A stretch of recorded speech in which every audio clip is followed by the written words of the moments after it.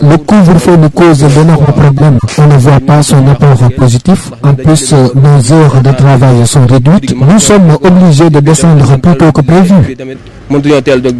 On a eu plus de 18h, 19h. Vous allez voir que les cars là sont débordés. Pourquoi? Parce que tout le monde est pressé de rentrer. Et on voit que maintenant les gens profitent de la journée pour faire les manifestations qui refusaient pour qu'on fasse ça la nuit. Ce que je demande au chef de l'État, c'est de décréter un couvre-feu. Je n'attends de ne pas l'imposer dans 2 régions seulement.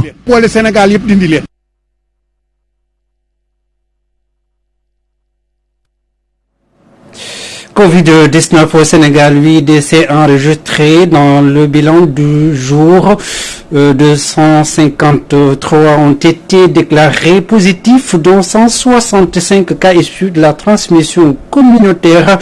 Le ministère de la Santé et de l'Action sociale signale également 53 cas graves admis en réanimation. Le pays couvert de nuages de poussière depuis un mercredi. À Dakar, l'on observe le port de lunettes chez certains citoyens en circulation pour se protéger contre la poussière. Mais pour autant, cette pollution ne profite pas aux vendeurs qui disent n'avoir pas constaté de rush. Un reportage signé Adi Ndei Kounadjei.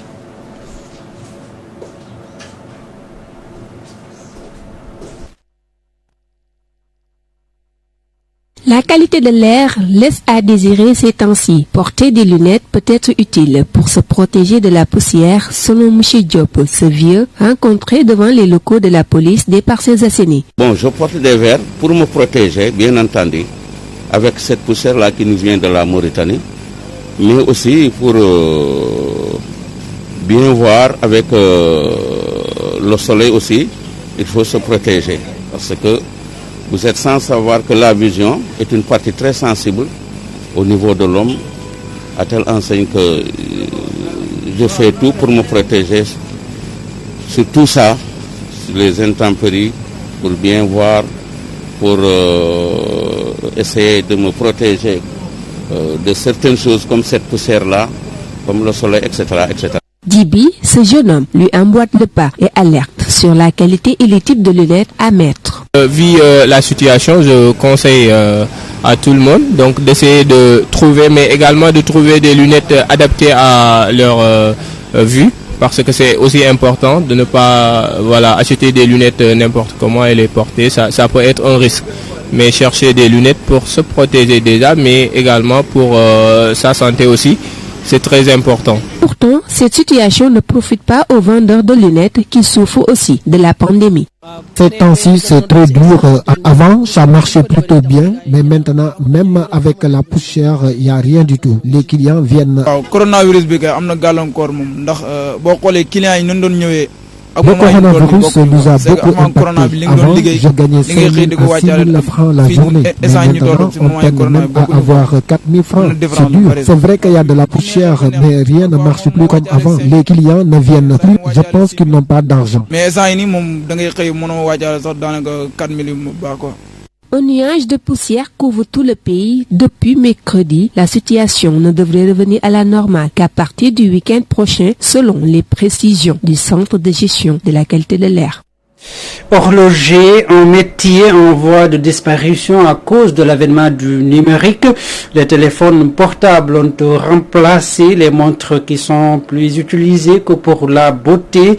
Ce qui les porte ne s'assure plus d'ailleurs leur fonctionnement.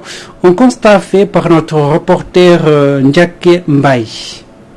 Jadis très présente dans nos foyers, l'horloge est de plus en plus bousculée par les nouvelles technologies. Elle perd même sa place au profil du téléphone. Depuis l'intégration des portables là, on a eu des problèmes parce que la plupart des gens qui regardent leur montre, leur heure dans les portables. Et la plupart aussi, il y a des gens qui ont l'habitude de porter des montres. Ils ont l'habitude de regarder leur montre. Trouvé au marché Grand Yoff, Padjalo, horloger de plus d'une vingtaine d'années, a fini de faire sa reconversion. Il est maintenant réparateur de téléphone. Nous avons toujours des clients de montres réparons les montres, nous réparons aussi certains portables. Il y a certaines pièces qui sont très petites sur les portables que nous réparons, quoi. Ce jeune homme continue de porter sa montre, mais c'est plutôt pour le feeling. Comme vous le voyez, j'ai une montre à la main. Même si c'est pour regarder l'heure, j'utilise mon téléphone. Je la mets juste pour le feeling ou pour compléter ma tenue, mais pas pour autre chose. Plus besoin d'avoir une montre au poignet ou sur le mur de son salon pour avoir l'heure. Le téléphone portable a fini de prendre le pouvoir. Une avancée technologique qui menace le métier d'horloger. Et puis l'absence d'éclairage public et le manque de financement pour les femmes fondent les difficultés auxquelles font face les populations de Keur-Serigne-Louga. Très préoccupée par cette situation, l'association de nos quartiers tient pour responsable la municipalité dans cette correspondance signée à la Sanba.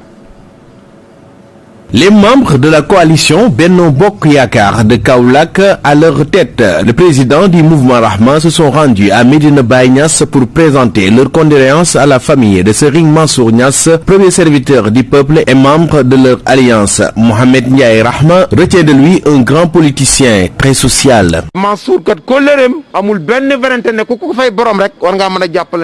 Serigne Mansour Niass s'est toujours distingué dans le social.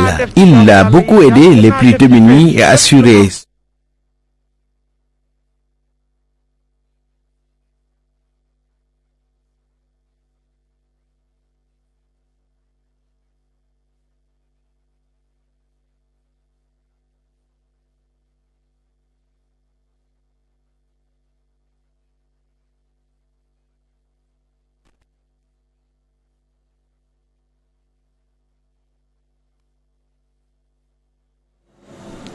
Ce n'est pas le bon élément, je vous le disais. L'absence d'éclairage public et le manque de financement pour les femmes font les difficultés auxquelles font face les populations de Keur-Serigne-Louga.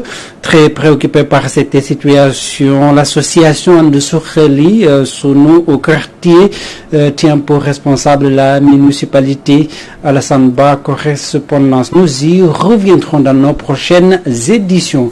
On enchaîne avec la revue de la presse du jour.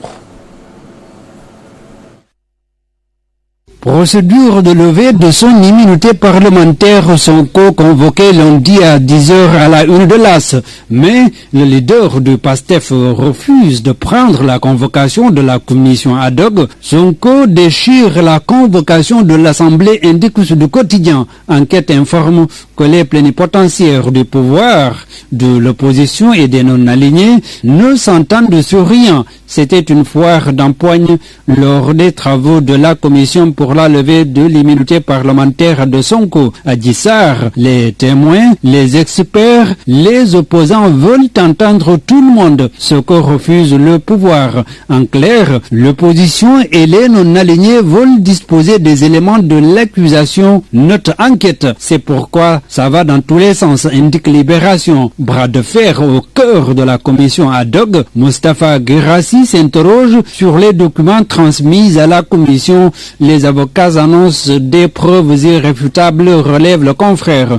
Pour le moment, Ousmane Sonko refuse de prendre la convocation à lui remise par un gendarme envoyé par l'Assemblée nationale. Précise Soursois. Griefs invoqués, le leader de PASTEF n'a pas aimé qu'on lui ait fait parvenir sa convocation alors que les membres de la commission ad hoc n'ont pas fini de plancher sur leur méthodologie de travail, rapporte le journal. Et l'observateur dans les secrets de la double enquête de la DIC sur l'affaire Ousmane Sonko à Dissar, le contenu explosif de l'audio exploité par les policiers enquêteurs, la puce et les connexions qui maintenaient la femme de Birahim Souley et compagnie en garde à vue.